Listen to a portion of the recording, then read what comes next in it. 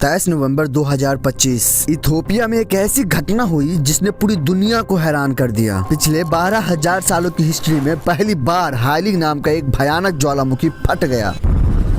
धमाका इतना जबरदस्त था कि 190 किलोमीटर दूर तक की जमीन कांप उठी और इससे निकला राख का विशाल बादल ओमान और यमन से होता हुआ सीधा हमारे देश इंडिया दिल्ली तक पहुंचा। जी हाँ, इसी की वजह से दिल्ली में कई फ्लाइट्स कैंसिल हुई क्योंकि ये राख प्लेन के इंजन को बंद कर सकती थी। लेकिन दोस्तों, यहाँ सवाल ये नहीं है कि ये ज्वालामुखी फटा क्यों। असली सवाल ये है आखिर अभी ही क्यों फटा। इसके पीछे छुपी है एक ऐसी साइंस जो अफ्रीका कॉन्टिनेंट को 2 हिस्सों में चीर देगी। आपने स्कूल में पेंजिया के बारे में पढ़ा होगा, जब सारे कॉन्टिनेंट्स जुड़े हुए थे। अब ठीक वैसा ही एक ब्रेकडाउन अफ्रीका में हो रहा है। अफ्रीकन टेक्टोनिक प्लेट धीरे धीरे 2 छोटे टुकड़ों में टूट रही है, नुबियान प्लेट और सोमालियान प्लेट में। और ये ज्वालामुखी जहाँ मौजूद है वो है अफार रिफ्ट एरिया, जहाँ ये तीनों प्लेटें नुबियान, सोमालियान और अरबियान एक दूसरे से दूर खिसक रही है। इस पूरे सिस्टम को ईस्ट अफ्रीकन रिफ्ट कहा जाता है। ये कोई छोटा क्रैक नहीं है दोस्तों, ये रेड सी से लेकर नीचे मोजाम्बिक तक 6000 किलोमीटर लंबी दरार है। और ये प्लेटें किस स्पीड से दूर जा रही है? सिर्फ 2 से 5 सेंटीमीटर प्रति वर्ष, यानी उतनी ही स्पीड से जितनी स्पीड से आपके नाखून बढ़ते हैं। लेकिन दोस्तों, ये धीमी स्पीड धोखा है। इसी वजह से माउंट किलिमंजारो जैसे बड़े ज्वालामुखी और मलावी जैसी विशाल झीलें बनी। और याद कीजिए 2005 में इथियोपिया में अचानक 60 किलोमीटर लंबा एक बड़ा क्रैक बन गया था। ये सब प्रूफ है हम इतिहास बनते हुए देख रहे हैं। जियोलॉजिस्ट की प्रेडिक्शन कहते हैं अगले 5 से 10 मिलियन सालों में अफ्रीका का ये हिस्सा अलग हो जाएगा, बीच में पानी भरेगा और इन 2 टुकड़ों के बीच एक नया महासागर बन जाएगा।